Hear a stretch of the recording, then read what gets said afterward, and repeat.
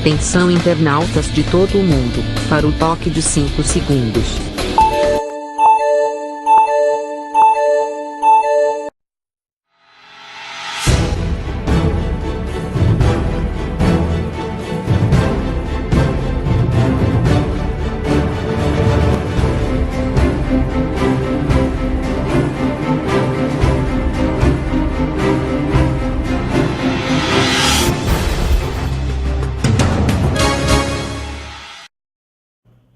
Alô, gente amiga, começando mais um programa Sérgio Cruz aqui pela viamorena.com.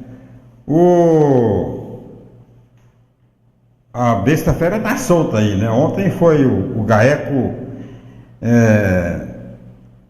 O GAECO ontem terminou desbaratando a quadrilha dos concursos públicos.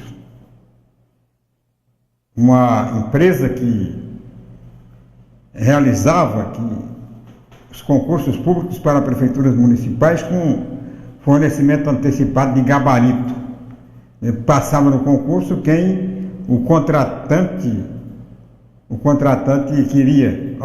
Eu quero um concurso. Aliás, isso já foi uma prática muito antiga, muito usada aqui no Mato Grosso do Sul, essa história dos concursos. Prefeituras municipais e até o Tribunal de Contas do Estado já fez isso aqui, né, há algum tempo atrás, que elaborava os concursos, o pessoal que estava contratado como comissionado participar dos concursos, geralmente quem passava era esse pessoal ligado aos próprios conselheiros, era primo, parente e tal. Acabou isso, né? Mas foi transferido para o interior.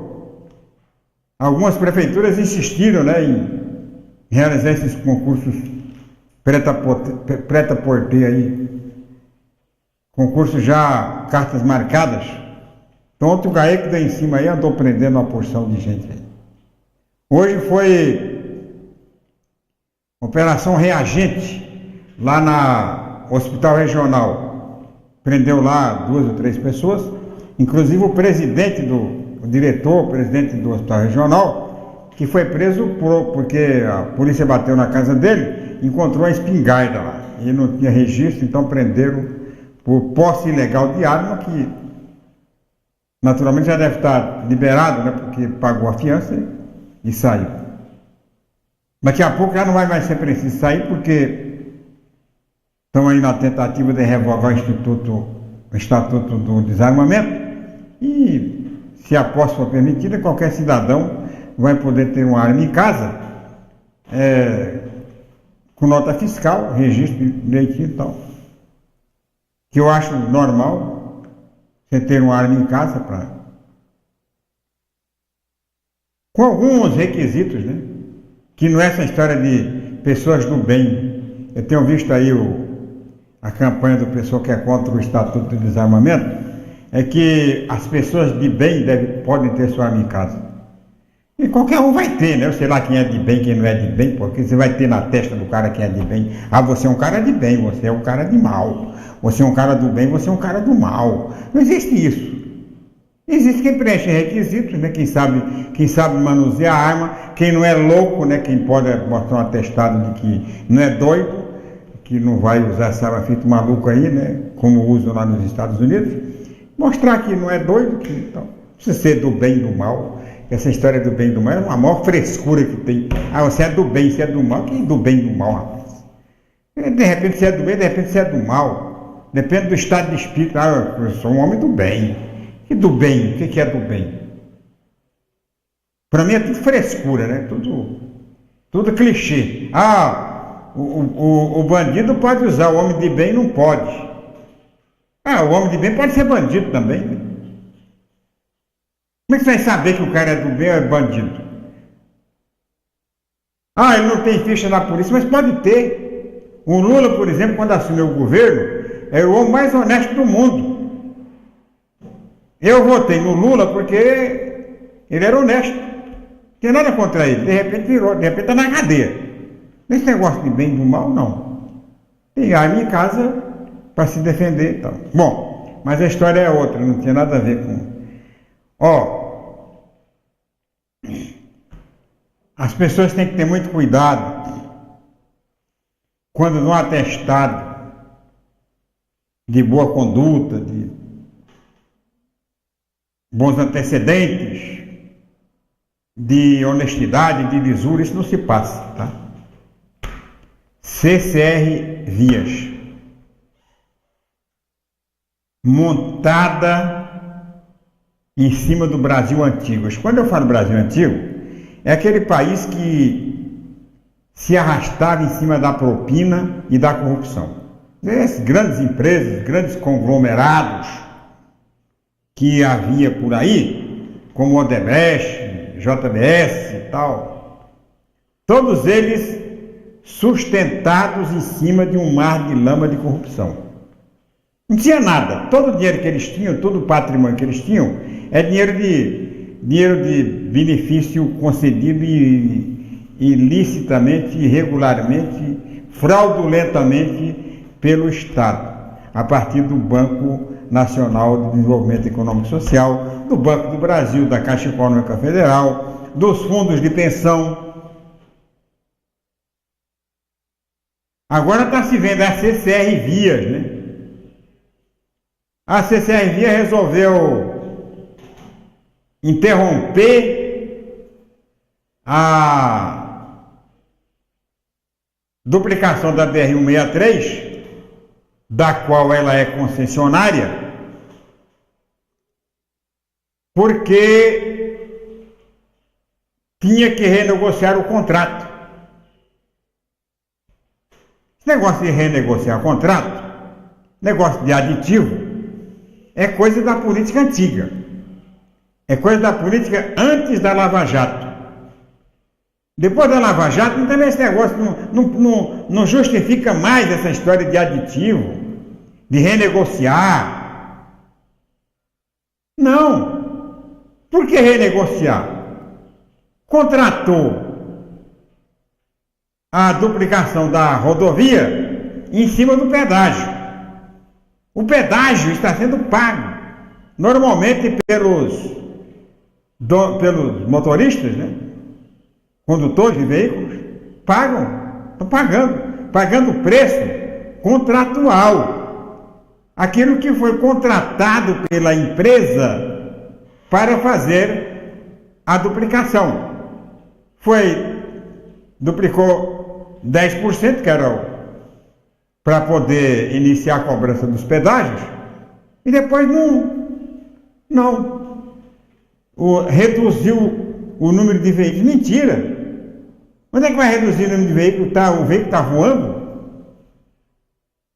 O veículo que passa pelo BR-163 vai pela BR-163.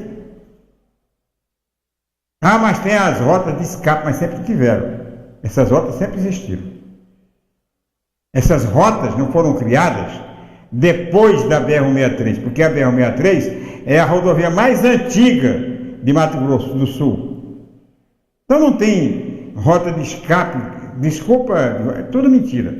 O problema é que essa CCR Via, como outras grandes empresas brasileiras, vivia em cima da propina. Você dava propina para pegar recursos, fartos recursos do BNDES, do Banco do Brasil, da Caixa Econômica Federal, dos fundos de pensão e outros, né? E outras torneiras que se abriam facilmente ao ritmo da corrupção e da propina. Corrupção que está sendo, né, passou a ser monitorada.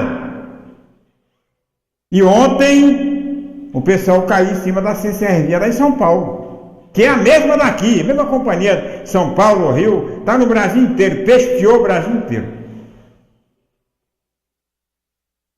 Tem várias concessões de estradas que já estavam duplicadas, então aí fica fácil, né? Já não tem que fazer nada, só fiscalizar, tal, tapar buraco, fica fácil. Agora, quando tem que duplicar, e aí, né, vamos pegar o trem aqui, depois nós entramos na base do aditivo. Não deu, vamos ter que renegociar. Agora, vai ter que pagar para não entrar no corte, para não botar os donos na cadeia, para não impedir que eles continuem participando de concorrências, o que eu acho um absurdo, vai ressarcir os cofres públicos em 81 milhões de reais num acordo feito com o Ministério Público.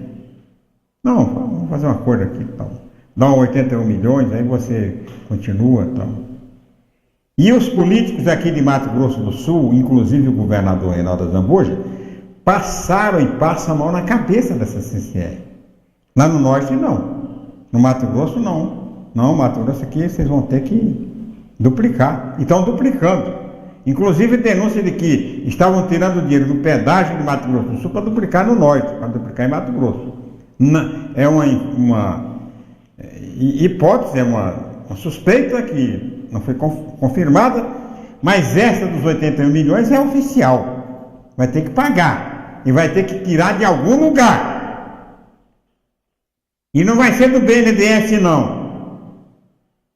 Não vai ser da Caixa Econômica, não. Vai ter que ser de pedágio para pagar os 81 milhões de reais. Agora imagina, quem vai pagar? Nós vamos pagar. Política na veia, política regional na veia. O papo reto entre B de Paula e Guilherme Filho no Boca do Povo. Bom dia. Bom dia, B de Paula, bom dia, Sérgio Cruz, Índio, bom dia, GG. Bom dia. Bom dia, meu amigo cozinheiro. Bancada Grilo, hoje com a sua bandana gourmet. Em breve, daqui a mais alguns minutos, os assinantes do Via Morena vão poder desvendar esse mistério. Exatamente, Mas ela, sem dúvida alguma, bandana gourmet, né? Seu Guilherme, vamos começar falando presidência da Assembleia. O Paulo Correia tá correndo igual lobinho atrás de voto. Sem dúvida. Essa é a decisão política mais importante do quadro estadual depois da eleição de governador. Né? Sem dúvida alguma, ela tem uma relação direta com a governabilidade, tem uma relação direta com o fortalecimento dos partidos e com a construção de novos projetos políticos que desembocam na outra eleição regional daqui a 4 anos, né? Como na democracia a grande virtude é que uma eleição vem logo depois da outra, né? Então com isso os candidatos que saem de uma eleição começam imediatamente a se preparar para a próxima. Isso tudo vai sendo levado em conta. O que tem de relevante nesse quadro, além da iniciativa, de fato, da proatividade, digamos assim, do deputado Paulo Correia, que sai como candidato, trabalha como candidato, se comporta como candidato, age, né? Ou deixa de agir como candidato a partir de agora, né? O que tem de relevante a se acrescentar é que o governador Reinaldo Azambuja, sem dizer que não quer, ou sem admitir claramente que não apoia, ou que poderia deixar de apoiar o candidato do seu partido, o PSDB, fez hoje, nos jornais de hoje, uma ressalva, que o candidato tem que ter voto, tem que ter maioria dos deputados, que ele não vai interferir tanto assim, ou que não vai interferir, que essa é uma decisão da Assembleia, etc. O que denota, né, o que se percebe claramente é que o governador publicamente não vai interferir. O que se conota, ou seja, aquilo que fica na linguagem não falada dessa questão, é de que ele vai apoiar um candidato viável. Não vai tomar como regra para si que o candidato tem que ser do seu partido. Até porque na bancada de 5 deputados estaduais do PSDB existiam até alguns dias atrás 3 candidatos. Certo. Então estava sobrando candidato para voto, né? Nessa lógica, ninguém faria 2 votos aí se bobeasse, né? E isso enfraqueceria demais o papel do PSDB. Se ele continuar como está agora, com 2 candidatos, me parece que o deputado Marçal Filho não quis mais entrar nessa disputa, ainda assim, com o surgimento de um terceiro candidato unindo outras forças, esses dois se enfraquecem, ou um deles vai terminar apoiando o terceiro nome, o Tércios.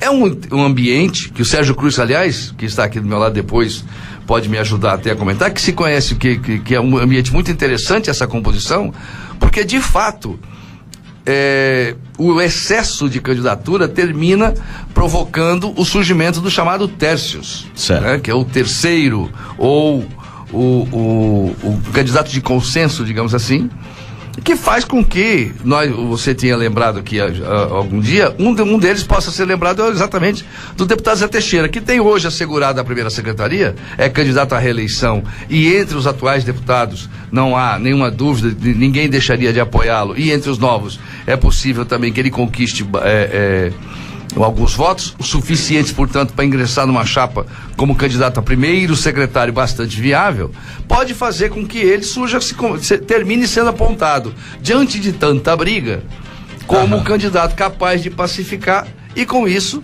ele terminar sendo guindado à condição de presidente. É uma questão a ser ponderada entre os deputados, sobretudo em função dos possíveis e futuros desdobramentos de uma escolha desse tipo. Eu acho que a coisa está começando, na verdade, embora esteja bem próxima da decisão, né? É uma eleição bastante dinâmica, ela muda muito da noite para o dia, não é, Sérgio Cruz? A eleição na Assembleia Legislativa, ela amanhece de um jeito e adormece de outro. No tempo do Londres, não, né? Não. No tempo no tempo que o Londres era ativo candidato, né? Mas veja bem, ele sempre ganhava a eleição. Não, ele sempre ganhava, mas ele próprio enfrentou muitas dificuldades. Mas teve fato, eu vou meter meu bedelho no meio dessa conversa aí. Teve uma época que o Londres, inclusive, teve que pegar deputado, levar para casa dele para dormir lá, amanhecer no dia para ir votar, porque não acreditava que o cara ia cumprir contrato. Mas não, houve inclusive essas intimidades aí. Houve inclusive uma eleição em que todos os deputados foram levados a dormir, uns num endereço e outros no outro, para evitar a traição, e a traição aconteceu do mesmo jeito. Então... Exatamente, é verdade. Aliás, eu acho, seu Guilherme. Pois não.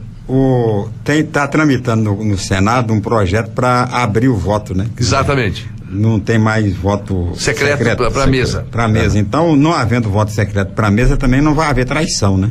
Exatamente. Ou pelo menos haverá, se houver, será explícita. É claro. É uma atração. Aliás, a urgência para a votação desse projeto no Senado está nas mãos da senadora Simone Tebet. Exatamente. Porque a relatora, ela é líder da bancada do MDB e precisa assinar o requerimento de urgência. Se ela não assinar, não vai ser nesta eleição de mesa que o voto vai ser aberto. Agora eu vou fazer uma pergunta. O senhor acha que ela assina? Vai depender do papel que o PMDB vai exercer nesta eleição. Se seu protagonismo no Senado estiver assegurado, independente da votação previamente, pode abrir o voto. Se depender do voto secreto, não vai. Depender da relação do MDB com o futuro governo. Né? Se tudo estiver em paz e as posições asseguradas, abre. Se não, mantém fechado e espera para ver o que acontece. Legal. Obrigado, seu Guilherme. Bom fim de semana para o senhor. Para nós todos, para os nossos ouvintes, para os assinantes do Via Morena, né? E segunda-feira estamos de volta aí para acompanhar de perto não só essa questão da eleição da mesa da Assembleia Legislativa, como também outros desdobramentos aí na composição do futuro governo, nas perspectivas de Mato Grosso do Sul e essas broncas que estão acontecendo por aí, se elas trazem ou não alguma repercussão política. Legal. Obrigado. Até segunda. Muito bem, a política do Estado de Mato Grosso do Sul, nesse encontro de todas as manhãs lá no programa Boca do Povo, com a presença do nosso cientista político, especialista em política de Mato Grosso do Sul, o Guilherme Filho.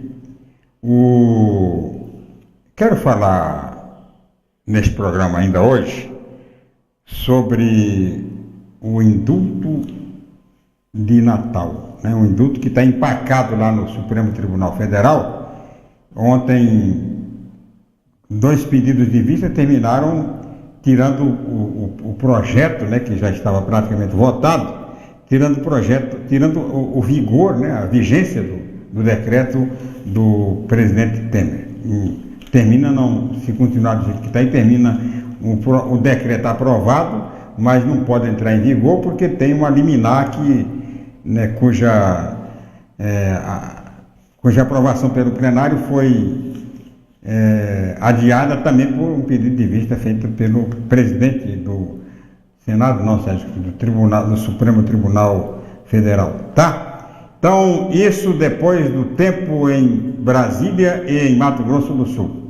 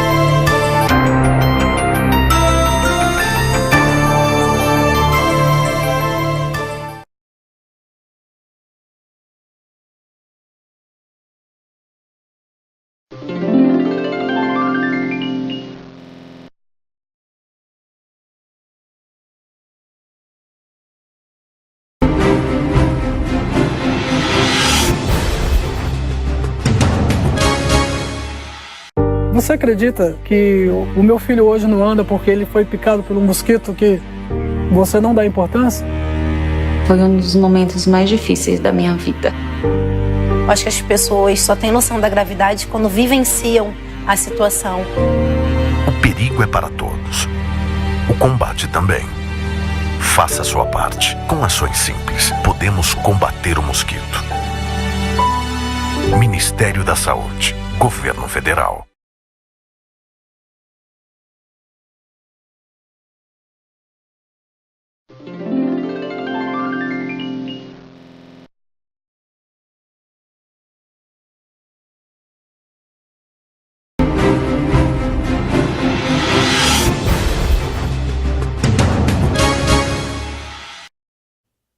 Voltando com o programa Sérgio Cruz aqui pela viamorena.com, o Supremo Tribunal Federal ontem terminou deixando o certo pelo incerto e uma dúvida, né?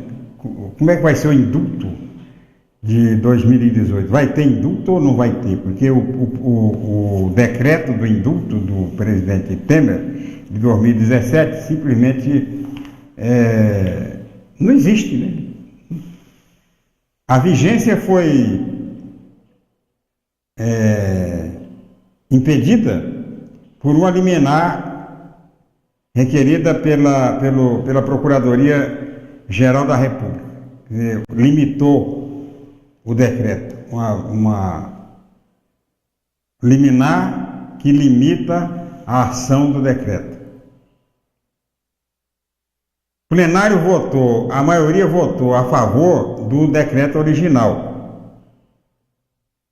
Mas um ministro pediu vista. Então, quem pediu vista, suspende a votação, mesmo indicando a aprovação. Aí algum ministro pediu para, já que já havia número suficiente para garantir a vigência do decreto, alguém pediu a suspensão da liminar. E foi votando a liminar. Quando chegou no presidente, o presidente pediu vista da urgência, da suspensão da liminar.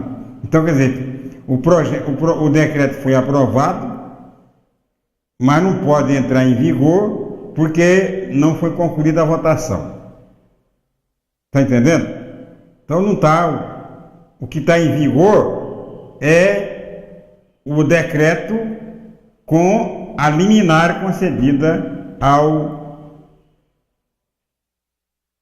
Ministério Público, mas que limita, né, a ação. Termina limitando, termina fazendo aquilo, indo contra aquilo que o próprio Supremo Tribunal votou a favor, que é não editar o decreto. O decreto, a Constituição é clara que diz que é atribuição exclusiva do Presidente da República a concessão do indulto. Se ele, né, quer ser a exclusividade dele, só ele pode propor. O que o tribunal pode fazer é declarar a inconstitucionalidade no decreto. Mas nesse caso, segundo o entendimento do próprio Supremo, a inconstitucionalidade geral e não parcial. O que pode ser, segundo o que entende o Supremo, pode ser emendado, editado, é a lei, né? Agora a lei sim, a lei você pode, parte da lei você pode julgar inconstitucional, parte da lei não. Agora o decreto, esse entendimento não meu, entendeu? Eu não sou jurisconsulto, né? Entendimento é do Supremo.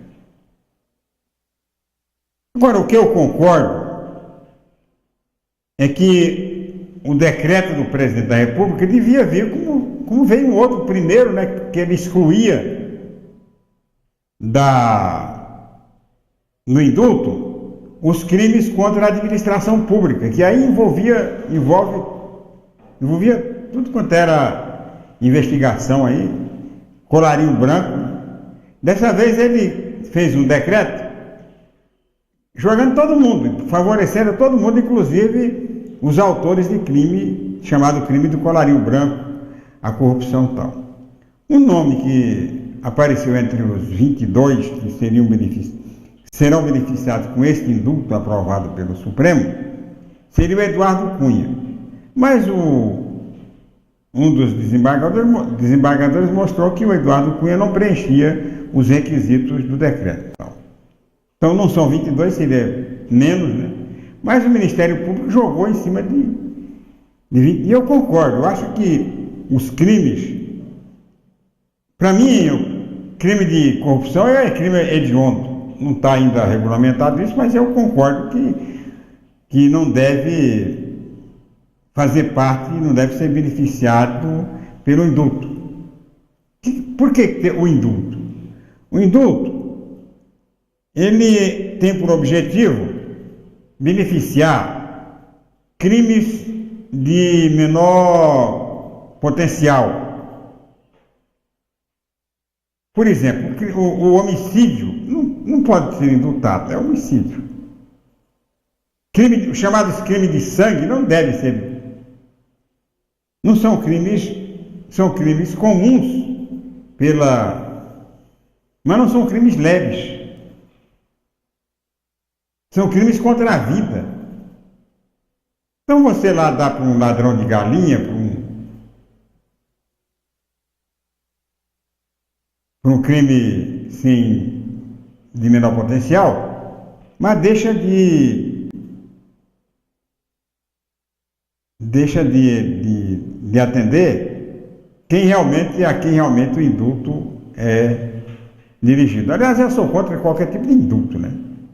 Para mim, foi condenado, tem que cumprir, já existem as progressões, já existe as prisão domiciliar, já existe prisão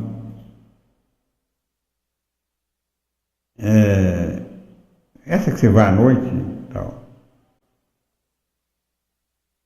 Existe tudo quanto é tipo de benefício para alcançar os apenados. Então não precisa de indulto, né? Para mim, na minha opinião, cumpre-se a pena. O que o Alex está querendo aí? Vamos falar com o Alex. Essa política é o Alex Mota Andrade, meu amigo do Facebook. Essa política tem que mudar, uai. É constitucional o indulto. Por isso digo, a Constituição de 1988 é uma aberração aos bons princípios. Alex, o indulto sempre existiu. Todas as constituições, e não é só no Brasil, não. Praticamente em todas as constituições do mundo existe o indulto de Natal. Então, não tem aberração nenhuma no indulto. Né? Eu sou contra, eu acho que não deve ter. Foi condenado, está lá preso e tal. Agora, por que tem indulto? Indulto, eu já falei. Primeiro, para beneficiar quem já cumpriu parte da pena e que não é uma pena capital, não é uma pena crime de sangue, que deve incluir aí a corrupção, né? Crime contra a administração pública, deve ser incluído aí nesse rol. Um outro objetivo do indulto é para liberar vagas nos presídios. Isso eu já abordei hoje de manhã no programa Tribuna Livre, já abordei ontem aqui nesse programa. Mas muita gente ficou em dúvida. Se você também tem dúvida, pergunta, né? Se você tem ideia de como pode ser, passa a ideia.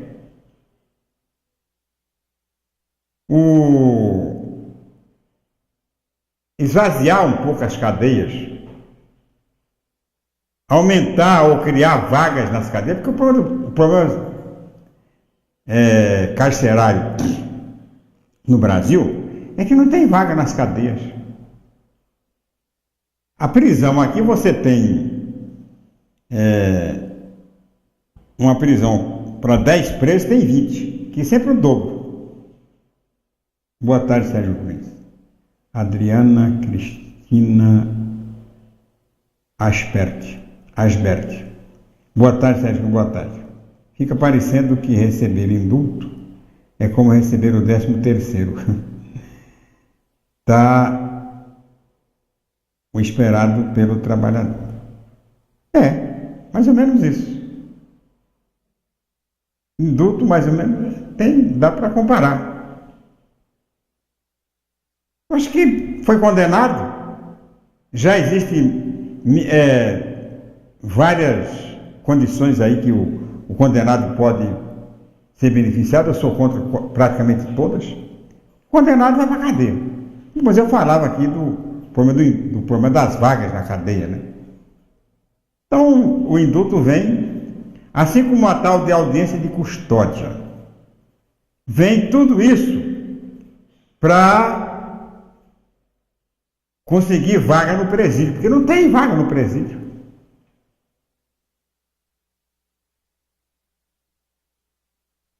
Tem vaga no presídio. O Alex, a Constituição, quer dizer, nós podemos achar qualquer coisa. Já o Bolsonaro, por exemplo, que é o seu presidente, você votou nele, não acha isso. Já foi lá, já enalteceu a Constituição, já mostrou a Constituição, já mostrou o livrinho que ele vai seguir. Eu não vejo aberração nenhuma na Constituição de 88. A Constituição de 88 é uma das constituições mais completas que existe.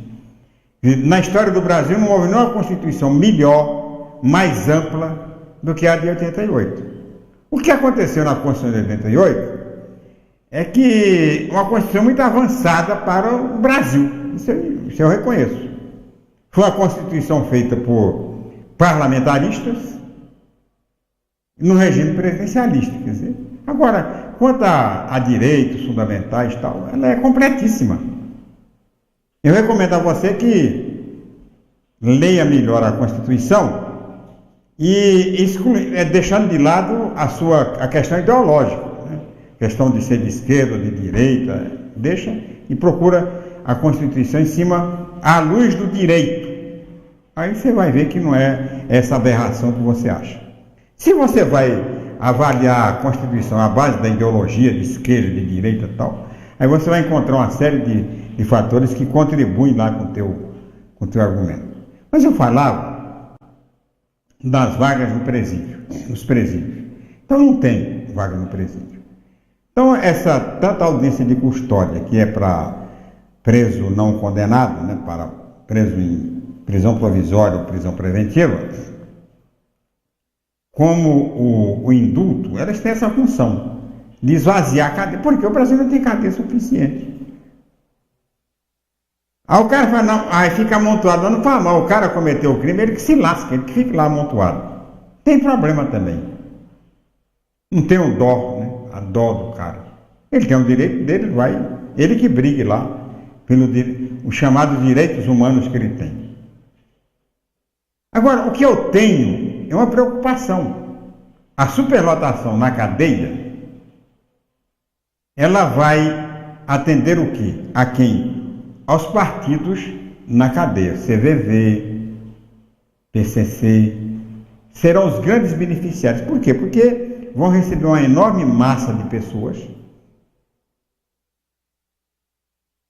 vão manipular, manusear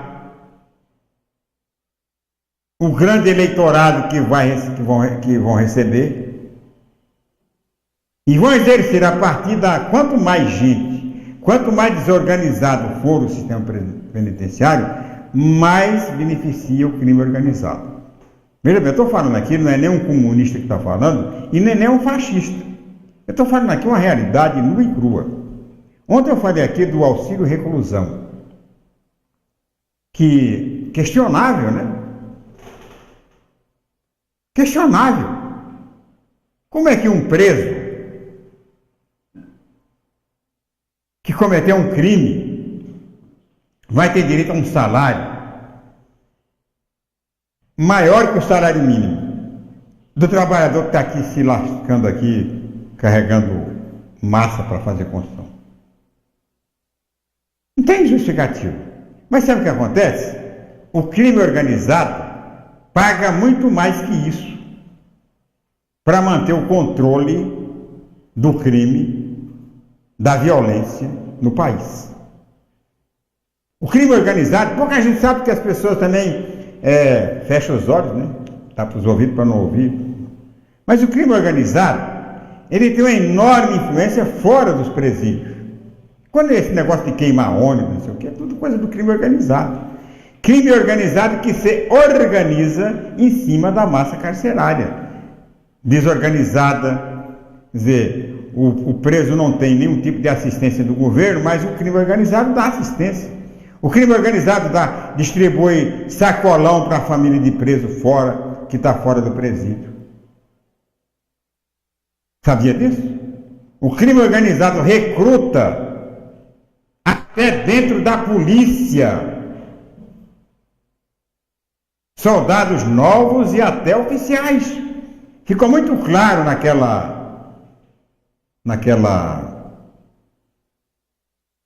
operação contrabando de cigarro, o número exagerado de policiais que estavam envolvidos com o crime organizado para deixar passar o contrabando. Então, eram oficiais, sargentos, soldados. Vai no presídio militar, até aqui em Campo Grande tem um presídio militar, está lotado, está assim, ó, de policiais que foram recrutados pelo crime organizado. Se tem competência e autonomia para recrutar policiais, imagine quem está lá dentro. O cara está lá dentro, não tem nenhuma proteção do Estado, nem a proteção contra a violência interna. Porque quem manda no presídio brasileiro é o crime organizado. Aí, o governo Bolsonaro vai reduzir a maioridade penal de 18 para 16 anos. Já está definido, a população aprova, porque era a proposta da eleição e a população votou nele, então a população aprova. Hoje, a média de preso nas cadeias brasileiras é de 200%. Que tem 100% que cabe, tem mais 100%. 2 vezes a capacidade. Aí, o governo vai reduzir a maioridade penal de 18 para 16 anos. Onde é que ele vai colocar toda essa molecada aí? Aí eu defendo também a redução da idade penal. Claro, defendo. Toda pessoa de bom senso defende. Agora é preciso ter uma regra de transição. É preciso que o Estado assuma a responsabilidade pela tutela desse pessoal. Vai guardar onde? Vai entregar para o crime organizado? Para o crime organizado formar esses jovens? É isso que vai acontecer? Então tem que ter uma regra de transição. O governo tem que assumir a responsabilidade pela construção de mais presídios, abrir vaga nos presídios. Abrir vagas nos presídios é tão necessário quanto abrir vaga de leito nos hospitais. Tem que abrir. Vai colocar esse povo onde? Mas joga, amontoa tudo depois, né? Deixa um matar o outro. O problema é que, para começar, não é essa a função da cadeia, um matar o outro lá dentro. Segundo, se ficasse só lá dentro já era ruim. Agora é que vem aqui para fora. Lugar comum, você pega a coluna policial, morreu fulano, a ordem veio lá de dentro, queimaram um ônibus, a ordem veio lá da prisão. Por quê? Porque esses partidos clandestinos do crime agem principalmente fora dos presídios. Então, a par disso, tem que se fazer uma reforma carcerária. Não sou contra, né, não sou a favor de mordomia para preso, não. Prisão não é spa. Prisão é prisão, está lá. Privativa de liberdade, é claro, mas tem que dar de comer ao preso. Ele tem que dormir, né, porque ele é preso, mas ele é gente. É um ser humano. Por mais que tenha cometido um crime, por maior gravidade tenha sido o crime cometido, o Estado tem a responsabilidade pela vida dele. Ou o Estado assume essa responsabilidade, ou o Estado entrega para o crime organizado. Mas beleza, o crime organizado pega todo mundo. Quer isso aí? Não, vem para cá. O que você quer? Estou precisando disso, então está aqui. Quanto é o auxílio de reclusão? 1.000 e pouco, está aqui, 2.000. O crime organizado paga. Compete com o Estado. E ganha do Estado. Então o elemento vai lá para a cadeia, não pense você que ele vai sair regenerado, que ele vai sair. Não. Ele vai sair pior do que ele entrou. Vai sair muito mais bandido do que ele entrou. E vai sair. Porque no Brasil não tem prisão perpétua, não tem pena de morte, então ele vai sair. Um dia ele vai sair. E vai sair, isto é comprovado, isso é científico, vai sair pior do que entrou. Ao invés de sair um cidadão, vai sair um reincidente. Então daí, toda a preocupação com os clichês, com as frases feitas, né, com as palavras de ordem, não se resolve o problema com palavras de ordem. Não se resolve o problema com bandido bom é bandido morto. Não se resolve assim. Se resolve com reforma, com solução, com autoridade. Então, a questão do indulto é essa. Eu, pessoalmente, sou contra o indulto. Sou contra as saidinhas, né? Para mim, eu acho muito mais grave ainda a tal de saidinha do que o indulto. E o B de Paula falou muito bem no programa do editorial dele hoje. Citou o exemplo daquela menina que matou o pai, matou a mãe e tal, e que sai para visitar o pai e a mãe, sai no dia dos... Tem direito a sair no dia dos pais, no dia das mães, não sei para visitar quem, né? Mas sai. Então, algumas coisas têm que ser corrigidas. De preferência deixando de lado o radicalismo, porque esse negócio de prisão aí não tem nada a ver de esquerda e de direita. O cara da esquerda comete crime, da direita também comete, então tem muito a ver, sabe? De querer e colocar ideologia no sistema prisional, no sistema carcerário, no crime comum. As coisas têm que ser resolvidas sem colocar ideologia. Eu estou sentindo, lamentavelmente, que no governo do Bolsonaro, que vai ser instalado no dia 1º de janeiro, há uma tendência muito grande em se valorizar a questão ideológica e minimizar e menosprezar até a questão moral, a questão ética. Eu estou vendo o choque daqui a pouco entre o bolsonarismo e o Sérgio Moro. Porque o Sérgio Moro quer agir de acordo com a lei, com a legalidade, independentemente da questão ideológica. Bandido de direita é para ser preso, é bandido. Bandido de esquerda, para ser preso, é bandido. Tudo é bandido.